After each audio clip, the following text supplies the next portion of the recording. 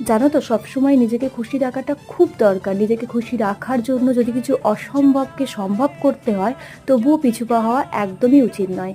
আজকে ভাইয়ের যেহেতু ছুটি ছিল, তাই ভাই, আমি আর বাবাই মিলে যাচ্ছিলাম আমাদের খুব পছন্দের একটা জায়গায়, ইস্কন মন্দিরে। আমাদের বাড়ি থেকে ওই মোটামুটি বাইকে 5 থেকে 7 মিনিট লাগে।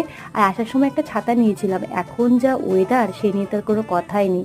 সেটা ভাবতে ভাবতেই রাস্তাতে বেশ 2-1 ফোঁটা জলও পড়ছিল।